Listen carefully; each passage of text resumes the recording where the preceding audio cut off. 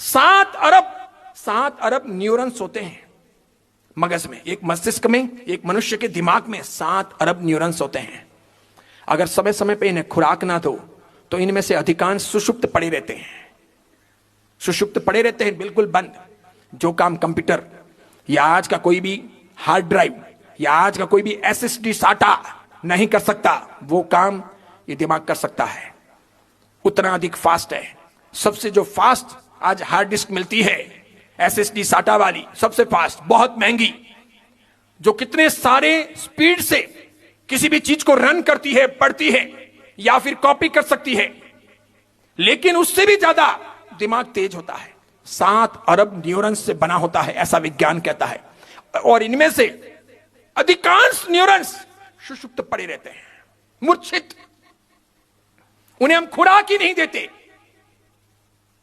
Particular जितनी बातें उसी में रहते हैं। रोज सवेरे इतने बजे उठना है, थोड़े झोंके खाने हैं, थोड़ा मोबाइल देखना है, थोड़ा चैट करना है, नाश्ते पानी में ब्रेड है, बटर है या बाहर का कुछ खाना है, कुछ नहीं हो तो कामत की या उड़ीपी की 2 इडलियां वगैरह मंगवा लेनी है, फटाफट चाट लेनी है।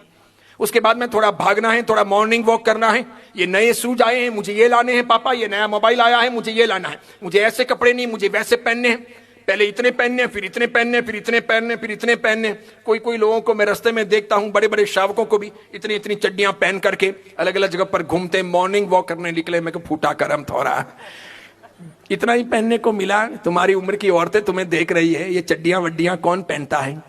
16 साल 18 साल की उम्र के अंदर कोई निक्कर भी नहीं पहनते थे पापा, बिना कपड़े बदले हुए बाथरूम से बाहर ही नहीं आते थे। जिस घर में बहू रहती या 16 साल की रहती थी, मर्यादाओं का वैसा जतन था। पूछो इन राजपुरोहितों से, इन भाटियों से, इन राजपूतों से, ऐसा हो सकता है क्या? हैं, घर में 18 साल की बच्ची हो और आप निक्कर पहन करके बाहर आ जाओ, उनके सामने कपड़े बदलो, ये पॉसिबल है क्या? ये अच्छा है क्या? ये उचित है क्या? बिल्कुल नहीं। समझ रहे हो आप? संस्कारों के जतन निराले होते हैं। आपका बेडरूम अलग चीज है, आपका घर अलग चीज है। बेडरूम को आप घर नहीं बना सकते, घर को आप बेडरूम नहीं बना सकते, उसे अलग रखिए। बेडरूम तो गंदगी का घर है, घर वो पवित्रता का मंदिर है।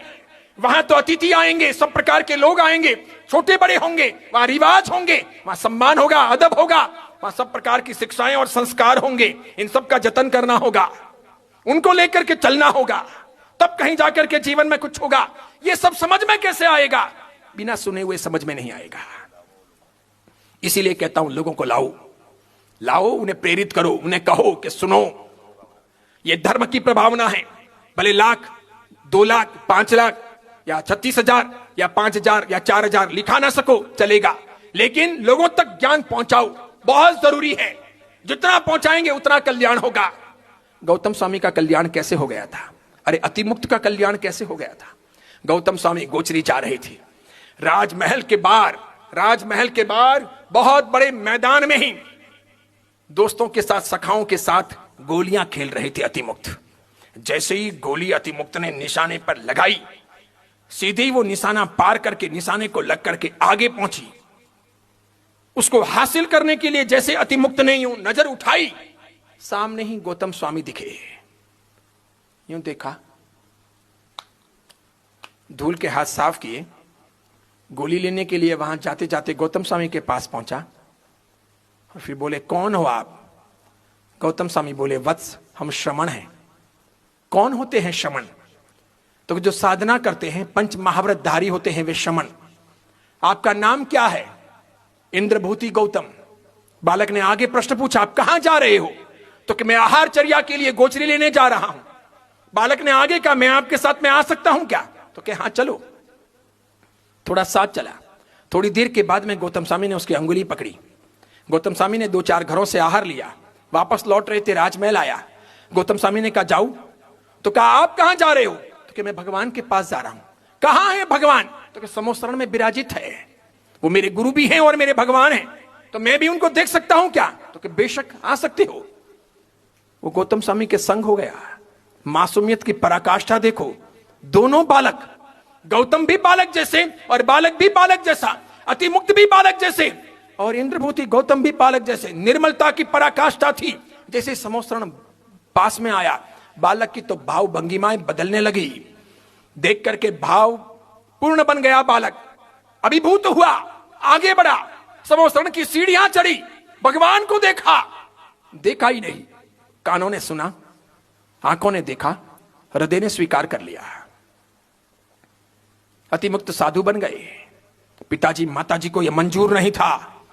उन्होंने सर माथा पटका कि नहीं, बहुत समझाने की, पटाने की, रोकने की, वापस बुलाने की कोशिश की। अतिमुक्त से मस नहीं हुए। अतिमुक्त की बातें बहुत निराली थी। यह संवाद सुनने जैसा है। अतिमुक्त ने गौतम से पूछा कि आप साधु क्यों बने? का पापों का परित्याग करने के लिए, साधना के लिए। कैसे करते हो साधना? तो कई प्रकार की करता हूं साधना। अहिंसा के रूप में, सत्य के रूप में, अचौर्य के रूप में, ब्रह्मचर्य के रूप में, अपरिग्रह के रूप में, रात्रि भोजन के परित्याग के रूप में, फिर मन गुप्ती के रूप में, वचन गुप्ती के रूप में, काय गुप्ती के रूप में करता हूं साधना। मैं सोच समझ कर बोलता हूं। जो कुछ भी सावत्य हो वो बोला नहीं जा सकता, सावत्य हो वो सोचा नहीं जा सकता, सावत्य हो वो किया नहीं जा सकता। असावध्यमय जीवन जीना है। अच्छा, ये हो सकता है क्या? तो क्या हाँ, मैं ऐसा कर सकता हूं क्या? तो क्या बेशक। वार्तालाप होता गया।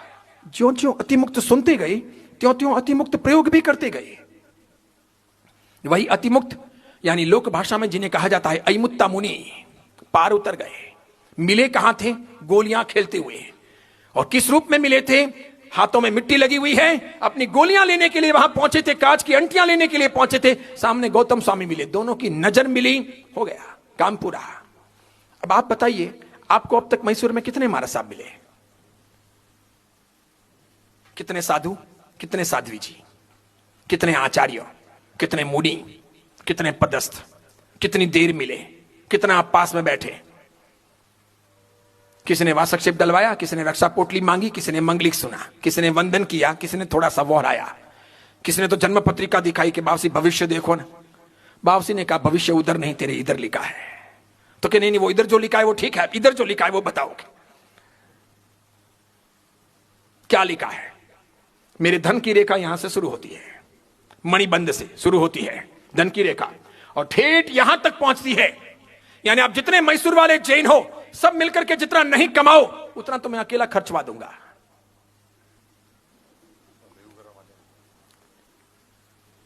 लेकिन मैं धन इकट्ठा करने आया नहीं हूं। धन मेरा लक्ष्य नहीं है। धन के लिए मेरा जीवन नहीं है। धन के लिए तो मैं घर रह के दुकान लगाता, ऑफिस लगाता। समझ रहे हो आप? इसीलिए भाग्य बड़ा निराला होता है, बहुत निराला। क्या उन कुंडलियों में तलाशते हो, जन्म पत्रिकाओं में तलाशते हो? अपने आप पर विश्वास नहीं कि हमें क्या करना है। इसीलिए हम साधु साध्वियों के परिचय में जाते हैं, परिचय नहीं करते, सिर्फ पहचान करते हैं या देखते हैं, बस इतना ही, और चले आते हैं। खाली फालतू की चर्चाएं कर लेते हैं। मैं अधिकांश गांवों से गुजरता हूं, आते हैं लोग, वंदन करते हैं। कहां से आए हो महाराज साहब? मैंने कहा दावणगिरी से। कहां जाने वाले हो? तो क्या मैसूर। पिछला चौमासा कहां था? मैंने कहा बेंगलुरु। अब आने वाला चौमासा कहां है? मैसूर। फिर मैं पूछ लेता हूं, मैंने कहा और कुछ पूछना है क्या? फिर कहते हैं मैं वहां गया था, फलाना फलाना महाराज साहब मिले थे, उनका चौमासा वहां है। मैं वहां गया था, फलाना फलाना वहां है, वहां उपध्यान तब चल रहा है या संघ चल रहा है। मैंने कहा मुझे पता है, लेकिन जीवन कहां गुजर रहा है ये किसी को नहीं पता है। हम क्या सोच रहे हैं ये पता नहीं है। हम कैसा जी रहे हैं ये पता नहीं है। हम कितना समय खर्च कर रहे हैं ये पता नहीं है। किस प्रकार होगा? श्रावक शब्द का तो नियम ही यही है, कर्तव्य यही है, औचित्य यही है कि सबसे पहले सुनो। संस्कृत भाषा में, जैन शास्त्रों में लिखा है शृणोति इति श्रावकः। जो सुनता है वो श्रावक है, जो नहीं सुनता है वो श्रावक नहीं है। जो धर्मवाणी को सुने, जिनवाणी को सुने, शास्त्रों की बातों को सुने, साधु संतों के उपदेशों को सुने, अच्छी बातों को सुने, वो श्रावक है। सुनना ही है। सुनते हो तो श्रावक हो। दुकान पे जाओ तो दुकानदार हो, वरना निकम्मे हो। श्वास लो तो इंसान हो, वरना मुर्दे हो। समझ रहे हो आप? उसी प्रकार सुनो तो श्रावक हो, बाकी कुछ नहीं, ग्रस्त हो। भले जैन कुल में जन्म हुआ हूं, उसका कोई महत्व नहीं है। ज्ञानियों ने जैन कुल में जन्म लेने को महत्वपूर्ण नहीं माना, जैनाचार के अनुसार जीने को महत्वपूर्ण माना है।